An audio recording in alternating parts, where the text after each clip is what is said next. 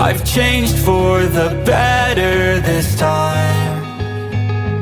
I thought I would never be fine. 埃隆·马斯克完成对推特的440亿美元的收购，将会热爆刷屏。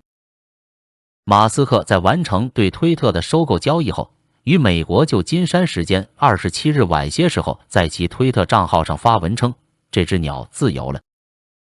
据《华尔街日报》报道，知情人士透露，在马斯克27日完成对推特的收购后，他解雇了这家社交媒体公司的3位高层：首席执行官帕拉格·阿格拉瓦尔、首席财务官内德·西格尔以及法律事务和安全主管维贾亚加德。这解雇速度是秒炒啊，秒秒钟就炒了鱿鱼。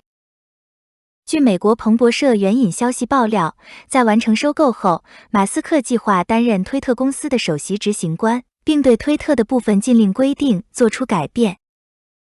电动汽车特斯拉公司的首席执行官马斯克先前说，他希望打败推特上的群发机器人，将决定内容如何向公众呈现的算法公开，防止这个社交平台变成仇恨和分裂的回音室。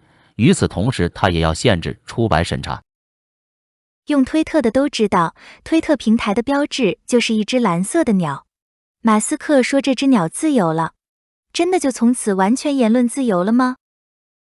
马斯克要捍卫言论自由，不终身封杀任何账号，这有边界吗？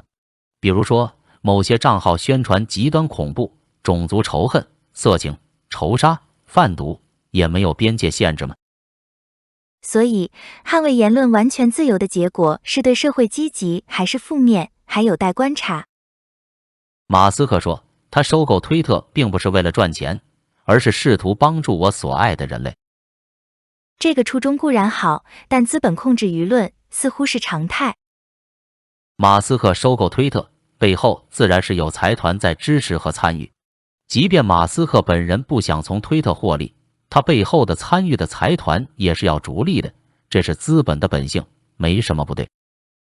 疯传马斯克有可能竞选美国总统，也有说他持南非、加拿大、美国3国国籍，是不能竞选美国总统的。不管他本人参选不参选，马斯克支持谁，谁获胜的几率将大大提升。因为马斯克他有资本，有庞大的粉丝群，有舆论平台推特做助力，有个人影响力。那么，马斯克未来支持谁竞选就很重要了。有趣的是，之前被推特禁言的川普，在马斯克捍卫言论完全自由的情形下，川普账号会被解封吗？川普是否会重返推特呢？又或者再次用推特发布言论助选？这个未成可知呀。不论马斯克是否将来要竞选美国总统，他现在的身份仍然是商人、科技商人。商人的本分是赚钱，这有时与媒体平台应该保持的中立态度或许会有冲突。在商言商，可以预见，推特上的特斯拉将是无懈可击的电动车，没有之一。特斯拉第一个超级工厂在美国内华达州，第2个超级工厂在美国纽约。特斯拉第3个超级工厂却是在中国上海哦。特斯拉得到中国政府蛮多支持，才会有今天的盛况。有意思的是，马斯克与中国的关系该如何？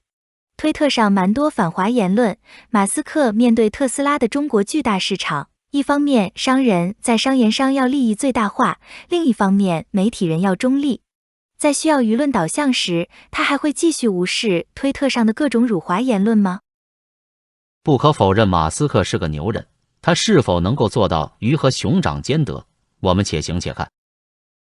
互联网是赢家通吃，新浪微博如此，推特自然也如此。以上是热点信息分享，不代表个人或若曦逛逛频道对具体项目的投资或商业建议。请关注和支持若曦，请订阅、点赞、评论、转发，并打开订阅小铃铛哈。谢谢观看，下期见啦！